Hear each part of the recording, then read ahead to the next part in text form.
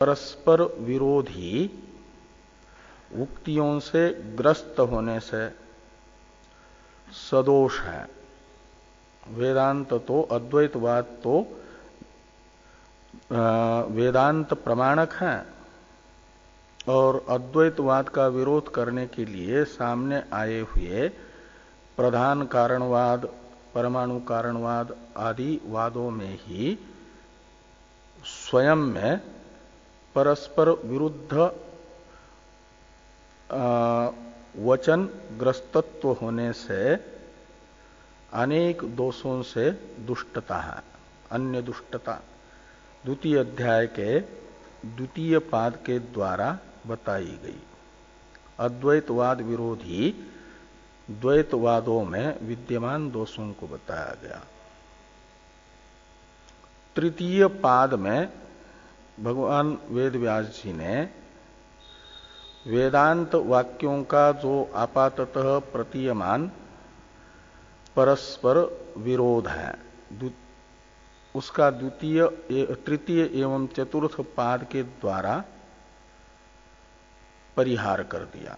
श्रुति वाक्यों का तृतीय पाद में जो भूत प्रतिपादक श्रुति वचन है और भोक्ता जीव के स्वरूप के प्रतिपादक श्रुति वचन है, उनका जो आपाततः प्रतीयमान परस्पर विरोध है उसका परिहार हुआ।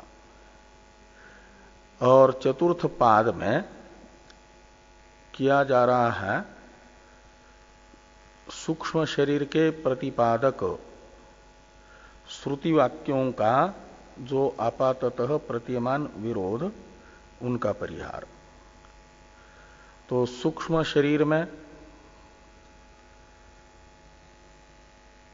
5 कर्मेंद्रिया, 5 ज्ञानेन्द्रिया, 5 प्राण, मन बुद्धि कहो और उनके साथ और 2 जोड़ दो यदि, तो चित्त अहंकार, ऐसे 19। चित्त अहंकार को बुद्धि और मन में ही समाविष्ट करते हैं तो 17 तत्वों का समूह सूक्ष्म शरीर कहलाता है। और इस सूक्ष्म शरीर के प्रतिपादक श्रुति वचनों का जो आपाततः विरोध प्रतीत होता है उसका परिहार करने के लिए चतुर्थ पाद द्वितीय अध्याय का प्रारंभ हुआ। उसमें पहले प्राण शब्दित इंद्रियों की अनुत्पत्ति है या उत्पत्ति है इत्याकारक संशय का निवर्तक निर्णय प्रदान करने वाला प्रथम अधिकरण हुआ। कुछ श्रुतियां उत्पत्ति के प्रकरण में इंद्रियों की उत्पत्ति नहीं बता रही है और कहीं कहीं उत्पत्ति से पहले ही इंद्रियों का अस्तित्व बताया जा रहा है और कहीं कहीं इंद्रियों की उत्पत्ति भी बताई जा रही है। इसलिए संशय हुआ कि इंद्रियां अनुत्पन्न है या उत्पन्न होती हैं। तो पूर्व पक्षी ने कहा कि इंद्रियां अनुत्पन्न है, क्योंकि तत्तेजो असृजत इत्यादि उत्पत्ति के प्रकरण में तेजादि की उत्पत्ति तो बताई, इंद्रियों की उत्पत्ति की चर्चा नहीं हुई। तस्माद्वाये तस्मादात्मनः आकाश संभूत इत्यादि में भी आकाश आदि की उत्पत्ति तो बताई गई। इंद्रियों की उत्पत्ति की चर्चा उस तैत्तिरीय में भी ब्रह्मानंद वल्ली में नहीं है। और तैत्तिरीय में ही ऋषि शब्द से उत्पत्ति से पहले इंद्रियों का अस्तित्व बताया गया है, इसलिए इंद्रियों को अनुत्पन्न माना जाए। इस प्रकार का पूर्व पक्ष होने पर तथा प्राणा इत्यादि सूत्रों से वेद व्यास जी ने सिद्धांत बताया कि जैसे तस्माद्वाये तस्मादात्मनः आकाश संभूत इत्यादि वाक्यों से आकाश की उत्पत्ति बताई गई है, ऐसे प्राणों की भी उत्पत्ति होती है। और मुंडक में बताया गया तस्माद् वा ये तस्मात्, मुंडक में बताया गया ये तस्मात् जायते प्राण मनः सर्वेन्द्रियाणि च खम वायुर्ज्योतिरापः पृथ्वी विश्वस्य धारिणी। इस मंत्र में ये तस्मात् इस सर्वनाम से परामृष्ट जो ब्रह्म है उसी से प्राण और मन तथा सभी इंद्रियों की उत्पत्ति बताई गई। ब्रह्म से इंद्रियों का जन्म बताया गया। जैसे आकाशादि ब्रह्म से उत्पन्न हुए हैं, ऐसे प्राण भी, प्राण शब्दित इंद्रिया भी ब्रह्म से उत्पन्न हुई है तथा प्राणा इत्यादि से बताया गया।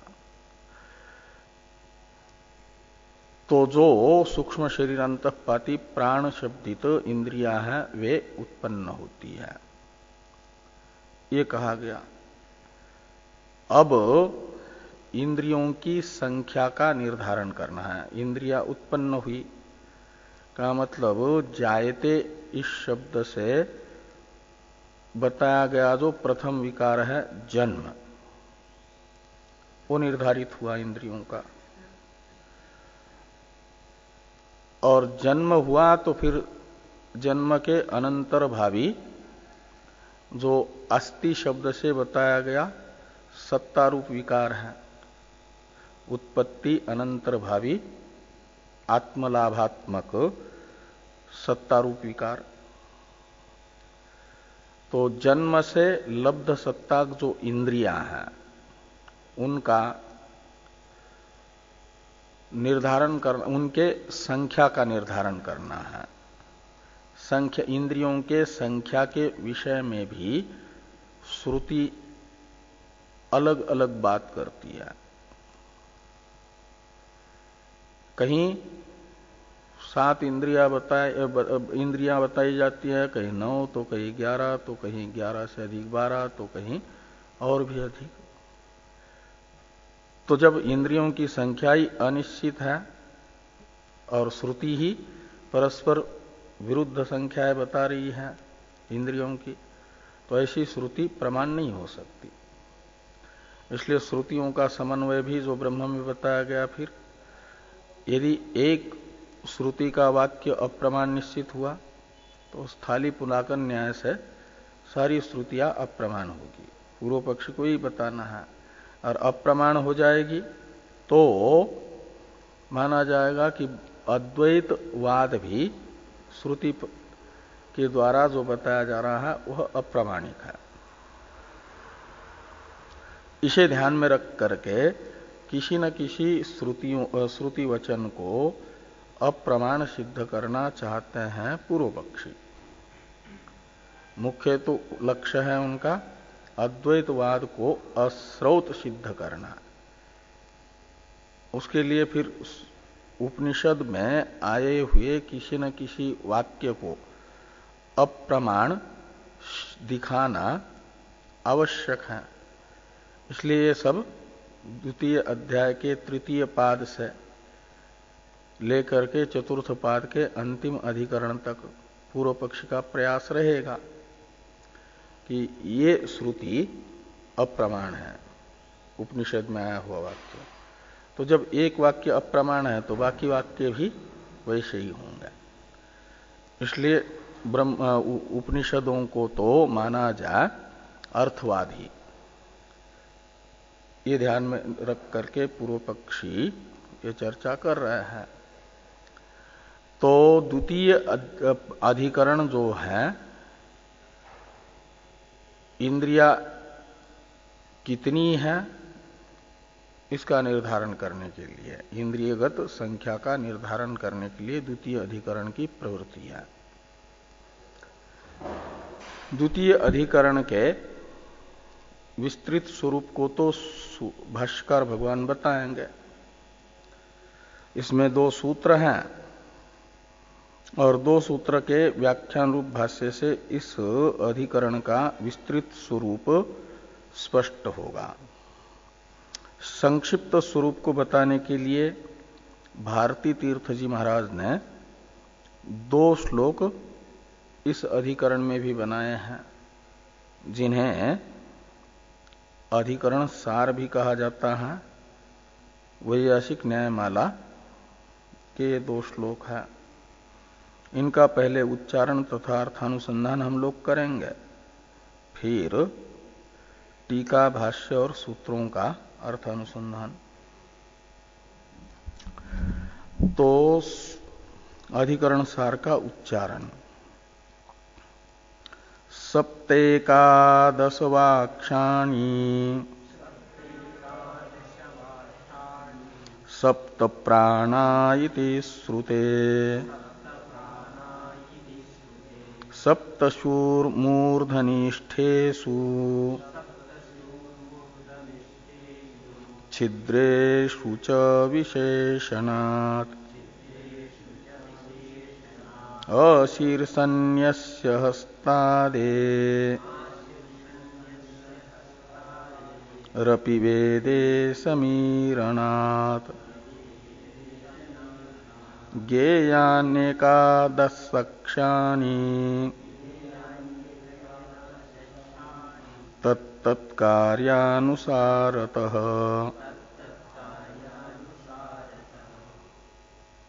तो अक्षाणी सप्त एकादश वा, तो अक्ष शब्दित इंद्रियों को विषय बना करके पूर्व अधिकरण के द्वारा जिनका जन्म बताया गया है, उन्हीं इंद्रियों को विषय बना करके तद्गत संख्या विषयक संशय यहां पर बताया गया कि अक्षाणी सप्त एकादश वा। अक्ष यानी इंद्रिया 7 है या 11 है, इस प्रकार का ये संशय हुआ। तो सिद्धांती का पूर्व पक्षी कहते हैं संशय में प्रथम कोटि पूर्व पक्ष की। तो ये प्रथम कोटि के रूप में पूर्व पक्ष बताया जा रहा है। सप्तशु, ये जो उत्तरार्ध में शुरू में 2 पद है ना, प्रथम श्लोक के उत्तरार्ध में यानी तीसरे पाद के प्रारंभ में सप्तशु, इन दोनों पदों के साथ प्रथम पादस्थ जो अंतिम पद है अक्षाणी, इसको भी जोड़ दो। तो अक्षाणी सप्तसुहु एक वाक्य बनेगा। ये पूर्व पक्ष की प्रतिज्ञा रहेगी, अक्षाणी सप्तसु। तो पूर्व पक्षी कहते हैं कि इंद्रिया 7 ही है।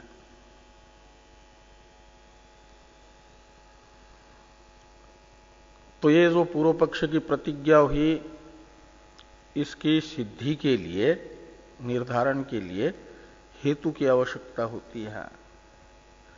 तो पंचम्यंत होता है हेतु, पंचम्यंत पद का अर्थ होगा हेतु। तो यहां 2 पंचम्यंत पद हैं, एक श्रुते है और दूसरा विशेषणात्। ये दोनों पंचम्यंत है ना, ये 2 हेतु हैं इस हेतु प्रतिज्ञा की सिद्धि के लिए। अक्षाणी सप्तशु ये हुई प्रतिज्ञा, जैसे परोतो वन्यमान प्रतिज्ञा, धूमात ये पंचम्यंत हेतु। ऐसे यहां पर अक्षाणी सप्तशु ये प्रतिज्ञा वाक्य और सप्त प्राणा इति श्रुते है एक हेतु वाक्य और दूसरा हेतु वाक्य है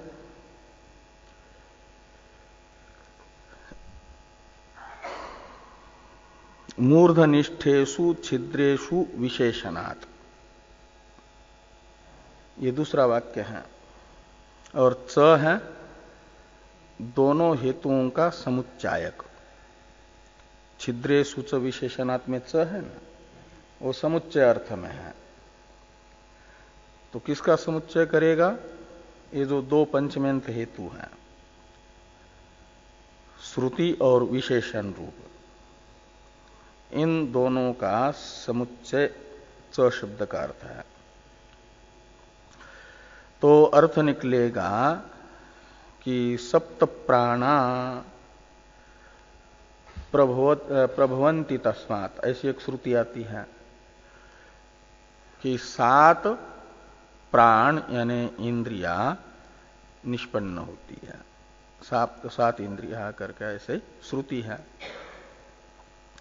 तो सप्त प्राणा इति श्रुते, ये एक श्रुति है यानी उपनिषद का वचन है। और इस उपनिषद के वचन में इंद्रियों को 7 बताया गया, इसलिए इंद्रियों को 7 ही मान लिया जाए, पूर्व पक्ष कह रहा है। और एक बृहदारण्यक में कहा गया कि 7 ऋषि हैं, और 7 ऋषि हैं शीर्षण्य। ऋषि शब्द का अर्थ है इंद्रिया, और उनका विशेषण है शीर्षण्य 7। शीर्षण्य कहा जाता है शीर में रहने वालों को शीर्षण्य। तो शीर में कहा जाता है, यहां से ये सब शीर है, ये चमस है, ऊर्ध्वबुध्न और अध बिल, अधोबिल, यहां इतना, यहां से यहां तक ये जो है चमस कहलाता है। और उसी में 7 ऋषि हैं। वो 7 हैं, 2 घ्राण, 2 नेत्र, 2 श्रोत्र 6, और 1 मुख में रहने वाला वाणी समझ लो। तो ये 7 इंद्रिया, रसन इंद्रिय मान लो। तो ऐसे 7 ये इंद्रिया, और उनका विशेषण भी दे दिया है कि मूर्ध निष्ठेषु छिद्रेषु विशेषणात्, ऐसा मूर्धा में विद्यमान, मूर्धा शब्द से पूरे शीर को लेना, ये नहीं कि यही मूर्धा है, यहां से लेकर के पूरा, और उसमें विद्यमान जो छिद्र हैं उन्हीं को इंद्रिय के रूप से छिद्र में स्थित है करके बताया गया।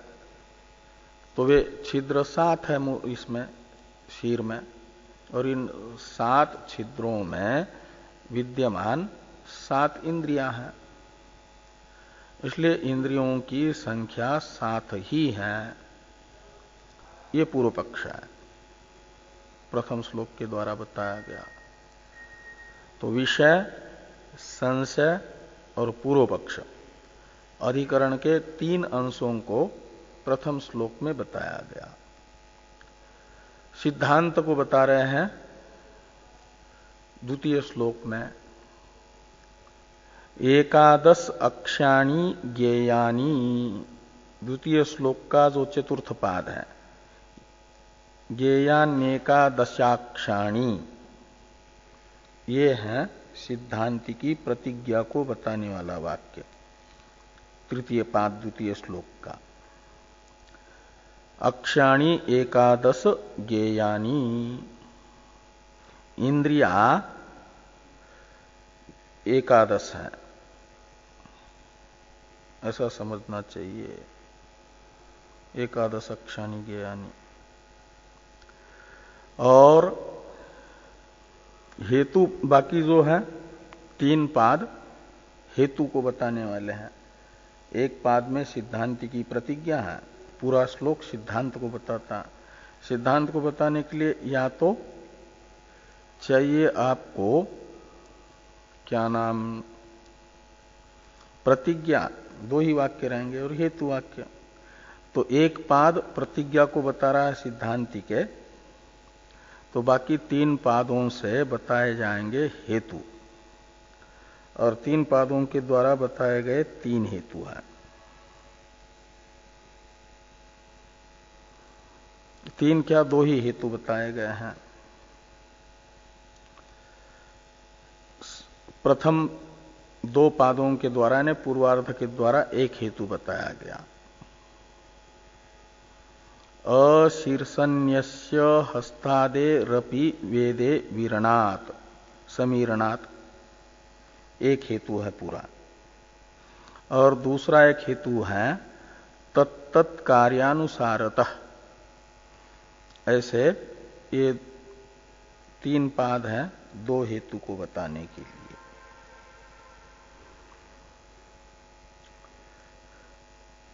वेदे अशीर्षण्यस्य हस्तादे रपि समीरणात्, एक हेतु है। कहते हैं वेद में इंद्रिया केवल शीर्षण्य मात्र बताई गई हो ऐसी बात नहीं है। शीर्षण्य इंद्रियों से अतिरिक्त इंद्रिया भी बताई गई है। अशीर्षण्य का अर्थ है, शीर्षण्य का तो अर्थ हुआ शीर में होने वाली, रहने वाली, और अशीर्षण्य का अर्थ हो जाएगा उनसे अतिरिक्त। शीर्षण्य जो घ्राणादि हैं उनसे अतिरिक्त भी अशीर्षण्य हस्तादि का वेद में सम्यक प्रकार से इंद्रियत्वेन रूपेण ईरण यानी कथन होने से, समीरणात् का अर्थ है संकथनात्, संभाषण होने से, संकथन होने से, श्रवण होने से। एक हेतु हुआ यह। और दूसरा तत्तत् कार्यानुसारतः, जो शीर्षण्य इंद्रियां हैं इन्हीं से सब कुछ कार्य संपन्न नहीं होता, केवल इन्हीं को मानेंगे। नेत्र, घ्राण, रसन, वाक और त्वक और ये श्रोत्र, इन्हीं को ये शीर्षण्य है। तो इनसे अतिरिक्त बाकी भी इंद्रियां हैं, कर्मेंद्रियां, जिनसे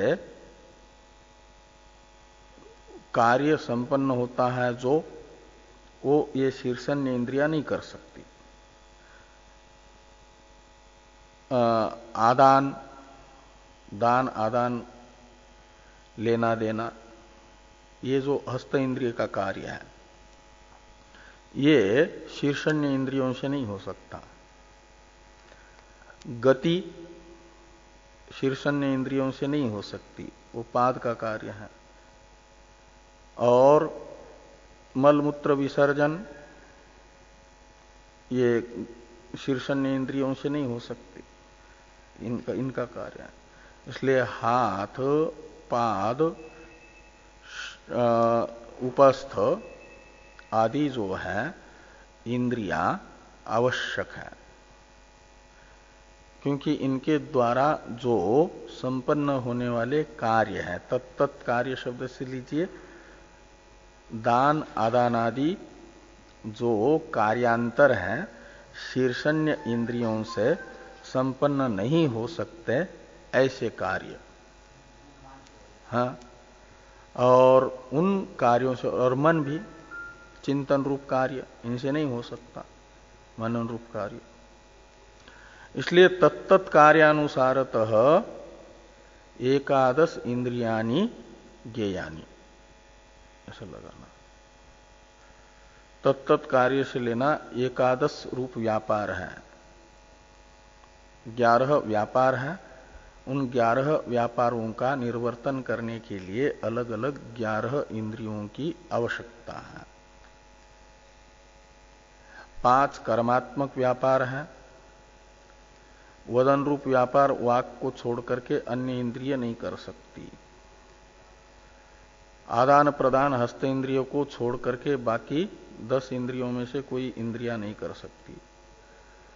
जाना आना पाद इंद्रियों को छोड़ करके अन्य इंद्रिया नहीं कर सकती। गुदा को छोड़ करके अन्य इंद्रिय मल विसर्जन रूप कार्य नहीं कर सकती। मूत्र विसर्जन रूप कार्य उपस्थ को छोड़ करके अन्य कोई कर नहीं सकता। इसके लिए 5 कर्मात्मक अलग अलग जो कर्म है इनका निर्वर्तन करने के लिए 5 कर्मेंद्रियों को मानना आवश्यक है। रूप ग्रहण रूप व्यापार चक्षु इंद्रिय को छोड़ करके बाकी 10 इंद्रियों में से कोई भी इंद्रिया नहीं कर सकती। और श्रवण शब्द ग्रहण रूप व्यापार श्रोत्र को छोड़ करके दूसरी नहीं कर सकती। स्पर्श ग्रहण रूप व्यापार त्वग इंद्रिय को छोड़ करके अन्य इंद्रिय नहीं कर सकती। रस ग्रहण रसन इंद्रिय को छोड़ करके अन्य इंद्रिय नहीं कर सकती। गंध ग्रहण घ्राण को छोड़ करके अन्य इंद्रिय नहीं कर सकती। और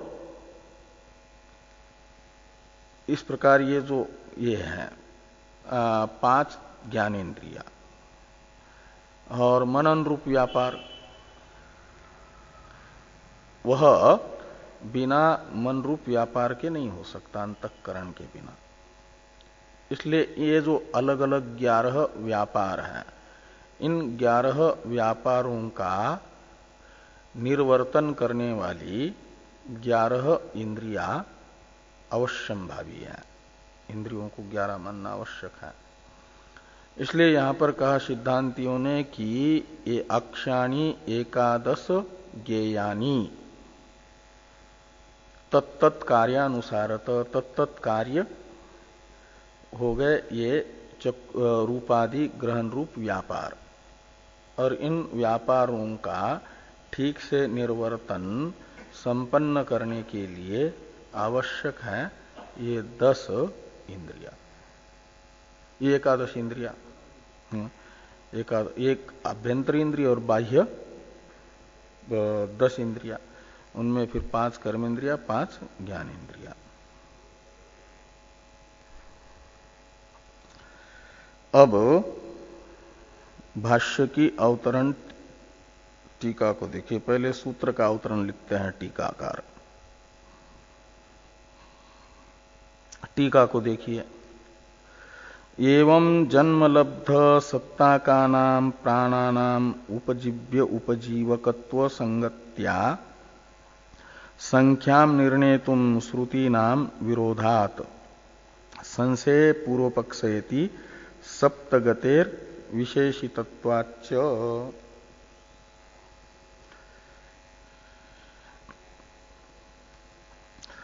तो जन्मलब्ध सत्ताकानां प्राणानाम, जन्म के अनंतर प्राप्त हो गई है सत्ता रूप विकृति जिन प्राणों को, इंद्रियों को, उन प्राणों की संख्या का निर्णय करने के लिए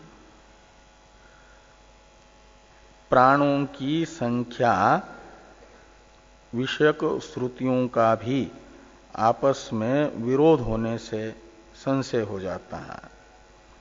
संशय होने से फिर निर्धारण करना संदिग्ध वस्तु के विषय में यथार्थ निर्णय प्राप्त करने के लिए विचार होता है। तो विचार करेंगे तो विचार में 2 पक्ष होते हैं। एक गलत पक्ष होता है वो पूर्व पक्ष, एक यथार्थ पक्ष होता है वह सिद्धांत। तो पहले गलत पक्ष को बताते हैं, पूर्व पक्ष को बताते हैं। तो ये कह रहे हैं कि जन्मलब्ध सत्ता का नाम प्राणानाम संख्यां निर्णेतुम श्रुतीनाम विरोधात संशय पूर्व पक्षयति। तो प्रथम सूत्र है पूर्व पक्ष का सूत्र, द्वितीय सूत्र है सिद्धांत सूत्र। तो पूर्व अधिकरण के साथ उत्तर अधिकरण की संगति बतानी होती है। तो पूर्व अधिकरण है प्राण उत्पत्ति अधिकरण, जो प्रथम अधिकरण हुआ, उस अधिकरण के साथ ये जो सप्तगत्य अधिकरण है, द्वितीय अधिकरण, इसकी संगति है उपजीव्य उपजीवकत्व संगति। उपजीव्य उपजीवकत्व संगति यानी हेतु हेतु मद्भाव संगति। तो हेतु हेतु मद्भाव संबंध को बताया। हेतु हेतु मद्भाव संबंध से पहले जिनकी संख्या का निर्धारण होना है उनकी उत्पत्ति बता करके सत्ता बताई गई है इंद्रियों की। अब उनकी संख्या का निर्धारण करना है। इस प्रकार ये उपजीव्य उपजीवक भाव संबंध से इस अधिकरण की प्रवृत्ति हो रही है, द्वितीय अधिकरण की।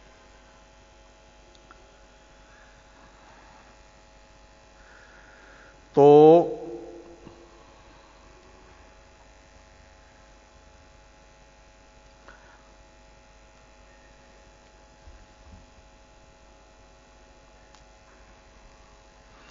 थोड़ा भाष्य देखिए पहले, फिर सूत्र को देखते हैं।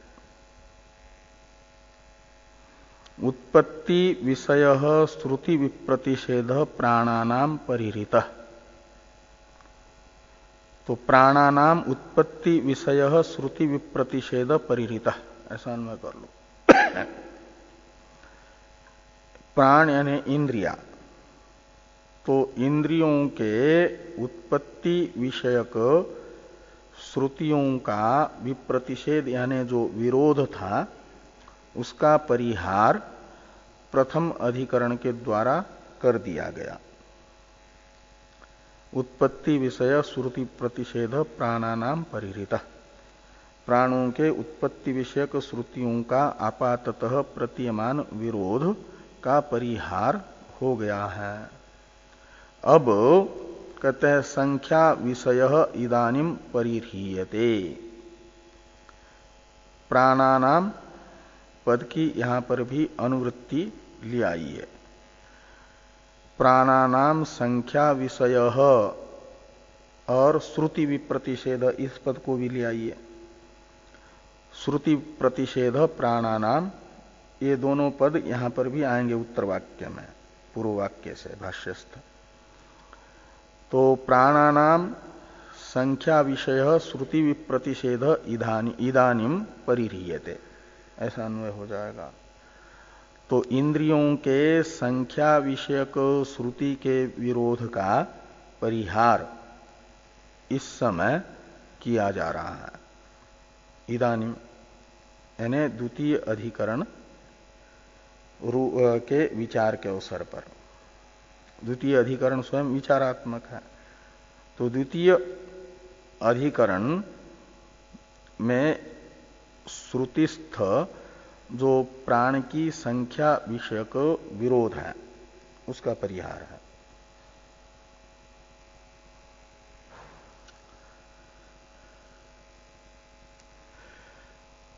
तो प्राण शब्द से मुख्य प्राण और गौण प्राण जो इंद्रियां हैं दोनों को भी लिया जा सकता है।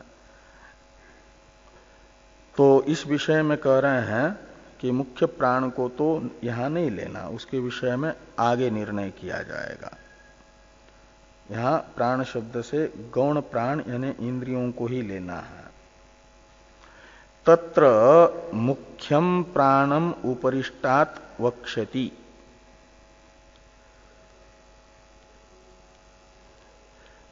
तो मुख्य प्राण के विषय में चर्चा भगवान वेद व्यास जी आगे करेंगे। और द्वितीय अधिकरण में तो अमुख्य प्राण जो इंद्रियां हैं उनकी संख्या के विषय में मात्र विचार किया जा रहा है। इसलिए कहते हैं कि संप्रतीतु कति इतरे प्राणा इति संप्रधारयति।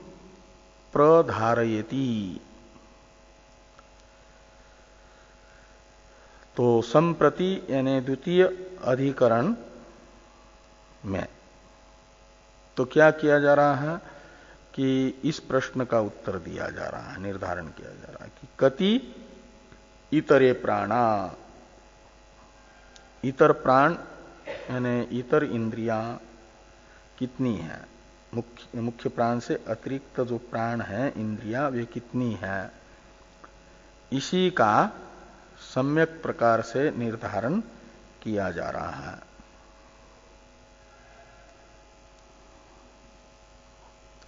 श्रुति विप्रतिपत्तेश्च अत्र विसंशय, और श्रुतियों में विप्रतिपत्ति यानी इंद्रियों के संख्या के विषय में विरोध होने से, श्रुतियां इंद्रियों की अलग अलग संख्या बता रही हैं, इसलिए संशय हो रहा है। यानी इंद्रियगत संख्या विषयक संशय का हेतु है इंद्रियों की संख्या प्रतिपादक श्रुतियों का आपस में विरोध, विप्रतिपत्ति। तो श्रुति विप्रतिपत्तेश्च अत्र विषय, विषय यानी संशय, संशय हो जाता है। वो संशय बताया जा रहा है, संशय का कारणभूत श्रुति के द्वारा इंद्रियों की अलग अलग संख्या बताया जाना, वो बता रहे भाष्यकार भगवान कि क्वचित सप्त प्राणा संकीर्त्यन्ते, किसी किसी श्रुति के द्वारा बताया जाता है कि 7 इंद्रियां हैं, इंद्रियों की 7 संख्या बताई जाती है। सप्त प्राणा प्रभुवन्ति तस्मात्, ये मुंडक श्रुति है। तो 7 इंद्रियां, प्राण यानी इंद्रिया, उससे उत्पन्न होती हैं। और क्वचित अष्टौ प्राणा ग्रहत्वेन गुणेन संकीर्त्यन्ते, और कहीं कहीं 8 प्राणों को बताया जाता है ग्रह के रूप से। बृहदारण्यक उपनिषद में जनक की सभा में ब्रह्मविद वरिष्ठत्व का निर्धारण करने के लिए जनक के द्वारा बुलाई गई जो सभा है ब्रह्मविद वरिष्ठ का निर्धारण करने के लिए, उसमें याज्ञवल्क्य जी से अनेक ऋषि प्रश्न करते हैं। तो एक ऋषि ने पूछा कि हे याज्ञवल्क्य जी बताइए कि ग्रह कितने हैं, अतिग्रह कितने हैं। वहां ग्रह शब्द का अर्थ है इंद्रिया, अतिग्रह शब्द का अर्थ है विषय। तो इस प्रश्न का उत्तर देते समय याज्ञवल्क्य जी ने ग्रह शब्दित इंद्रियों की संख्या 8 बताई है। तो ये कह रहे हैं कि क्वचिच्च अष्टो प्राणा ग्रहत्वेन संकीर्त्यन्ते। तो श्रुति में किसी किसी प्रकरण में, क्वचित का अर्थ है श्रुति के किसी प्रकरण विशेष में, यानी बृहदारण्यक श्रुति के 3 अध्याय के 2 ब्राह्मण में ये बात बताई गई है कि ग्रह रूप से इंद्रिया 8 है, ऐसा बताया गया। अष्टो ग्रहा अष्टो अतिग्रहा इति। और कहीं किसी प्रकरण में 9 इंद्रिया बताई गई हैं। तो ये कहते हैं क्वचित 9 संकीर्त्यन्ते का अनुवर्तन करना यहां पर। तो क्वचित 9 संकीर्त्यन्ते प्राणा, ऐसा। तो सप्तैव शीर्षन्याः प्राणा 2 अवांचौ, 2 अवांचौ। तो प्राणा यानी इंद्रिया, सप्तवै शीर्षन्याः प्राणा, तो शीर्षन्य प्राण 7 है और 2 नीचे की हैं। ऐसे 9 ही इंद्रिया हैं, और क्वचित 10, तो कहीं कहीं 10 इंद्रियों का वर्णन है। नव वै पुरुषे प्राणा नाभिर दशमी इति। तो पुरुष यानी मनुष्य शरीर, और इस मनुष्य शरीर में 9 इंद्रियां हैं और एक 10वीं इंद्रिय के रूप में, 10वें इंद्रिय के रूप में नाभि है। और क्वचित एकादश, कहीं एकादश इंद्रिया बताई है। 10 इमे पुरुषे प्राणा आत्मा एकादश इति। पुरुष में यानी मनुष्य शरीर में ये 10 प्राण हैं, बाह्य इंद्रिया 10 हैं, और आत्मा यानी अंतःकरण एकादशवा है। ऐसी 10 इंद्रिया बताई। और क्वचित 12, कहीं कहीं 12 इंद्रिया बताई गई है। सर्वेषाम स्पर्शानाम त्वग एकायनम इत्यत्र, बृहदारण्यक उपनिषद के ही 2 अध्याय के 4th ब्राह्मण में सर्वेषाम स्पर्शानाम त्वग एकायनम इत्यादि के द्वारा 12 इंद्रियों की संख्या बताई गई है। कहीं 10 क्या नाम त्रयोदश यानी 13 बताई गई है। तो ये कहते हैं क्वचित त्रयोदश चक्षुश्च द्रष्टव्यंच, ये भी बृहदारण्यक में ही 4थे अध्याय के 8वें ब्राह्मण में इत्यत्र। तो एवं ही विप्रतिपन्ना प्राण इयत्ताम प्रति श्रुतयः। तो प्राण इयत्ता यानी प्राणों की संख्या, तो प्राणों की संख्या के प्रति श्रुतियों में विप्रतिपत्ति है, श्रुतियां विप्रतिपन्न है, यानी विरुद्ध विरुद्ध श्रुतियां हैं। 7 से लेकर के 13 तक अलग अलग संख्या बता रही है श्रुतियां। तो इंद्रियों की संख्या के विषय में श्रुतियां ही परस्पर विरुद्ध वचन है, विरुद्ध कथन कर रही है, इसलिए संशय होता है। ये कहा था ना कि श्रुति विप्रतिपत्तिश्च अत्र संशय विषय, ये भाष्य में आया था ना कि श्रुतियों का संख्या के विषय में इंद्रिय के आपस में विप्रतिपत्ति यानी विरोध होने से संशय है। कैसे विप्रतिपत्ति है संख्या के विषय में श्रुतियों में, वो दिखाने के लिए अलग अलग ये श्रुतियां बताई।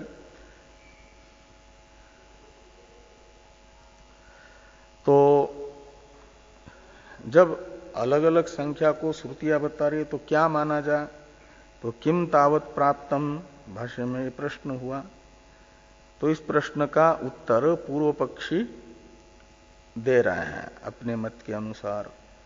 वो सप्तगतिर इस सूत्र से, ये पूर्व पक्षी का सूत्र है ना, इसलिए किम तावत प्राप्तम,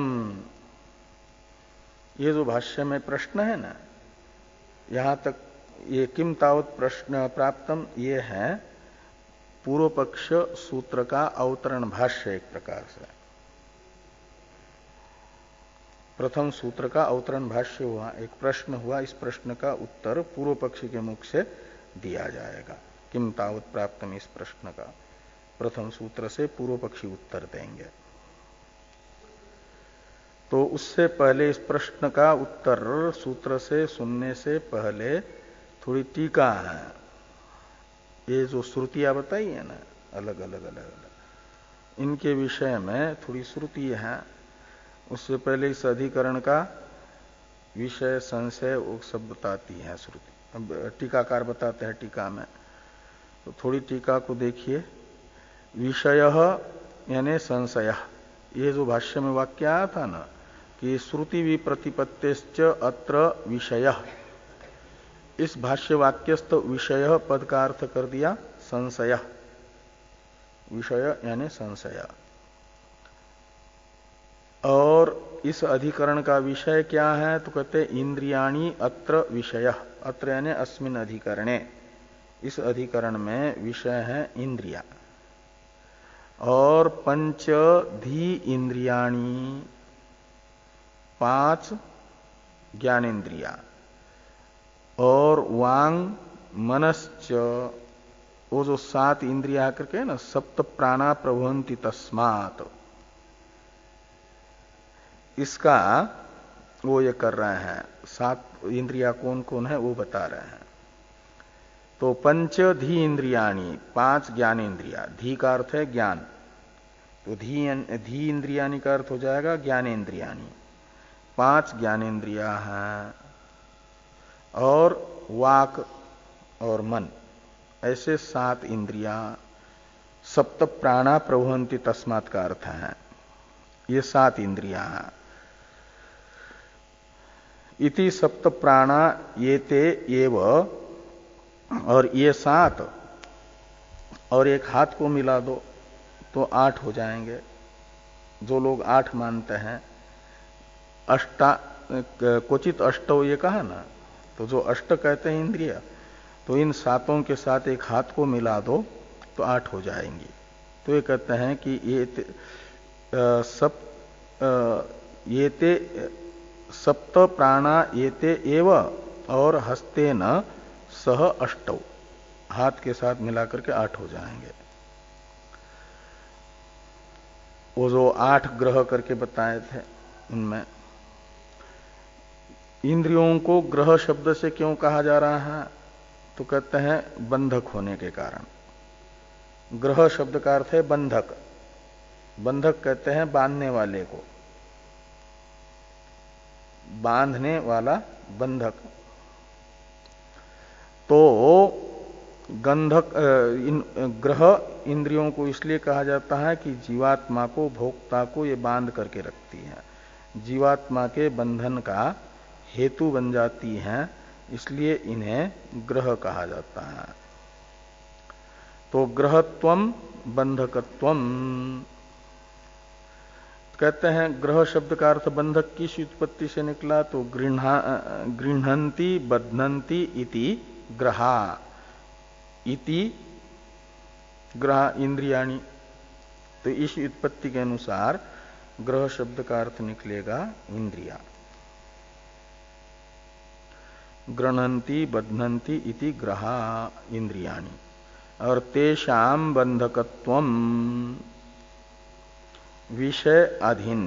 विषयाधीनम इति अतिग्रहा। तो तेषाम बंधकत्वम, यानी इंद्रियों में बंधकत्व स्वतः नहीं है, इंद्रिय द्वारा वे बंधक बन जाती हैं, इसलिए कहते हैं तेषाम बंधकत्वम इंद्रियाधीनम, इंद्रियों के अधीन बंधकत्व होने से इंद्रियों को क्या नाम, विषयों को कहा जाता है अतिग्रह। जिनके अधीन इंद्रियों में ग्रहत्व है, बंधकत्व है, वो है विषय अतिग्रह शब्द से कहे जाने वाले। ग्रहान अतिक्रांता इति अतिग्रह, ऐसी उत्पत्ति करते हैं अतिग्रह शब्द की। तो अतिग्रह शब्द का अर्थ निकलता है विषय।